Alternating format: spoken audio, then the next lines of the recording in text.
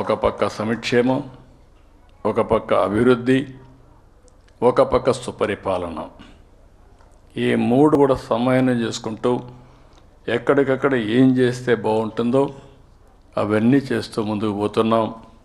నేను చాలాసార్లు చెప్పాను, కానీ ఇప్పుడు కూడా మీరు గుర్తుపెట్టుకోవాల్సింది, నేను 4వసారి ముఖ్యమంత్రిని. కానీ సుదీర్ఘ రాజకీయ అనుభవం ఉంది. ఈ సంవత్సరం గడిచిన ప్రభుత్వం సృష్టించిన సమస్యలు జీవితంలో ఎవరు సృష్టించలేదు, ఎప్పుడు నేను చూడలేదు.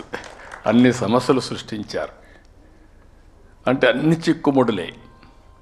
ఒక్కొక్క చిక్కుముడిది వదిలించుకుంటూ మళ్ళీ వ్యవస్థల్ని లైన్లో ట్రాక్లో పెట్టాలంటే సమస్యలు ఉంటాయి. ప్రజల్లో కూడా యాస్పిరేషన్స్ పెరిగాయి.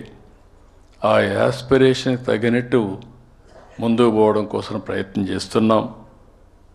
భగవంతుడు కూడా ఆ శక్తిని రాష్ట్ర ప్రజలకు ఇవ్వాలని, తద్వారా మనమందరం ముందుకు పోయే ఇది రావాలని చెప్పి కోరుకుంటున్నాను. మీరందరూ గుర్తుపెట్టుకోవాల్సింది, నాగపల్లి శర్మ గారు ఒక మాట అన్నారు,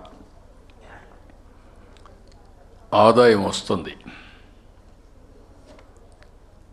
అదే మాదిరిగా కష్టపడకపోతే ఏది రాదు. ఈ విషయం అందరం స్పష్టంగా ఉండాలి.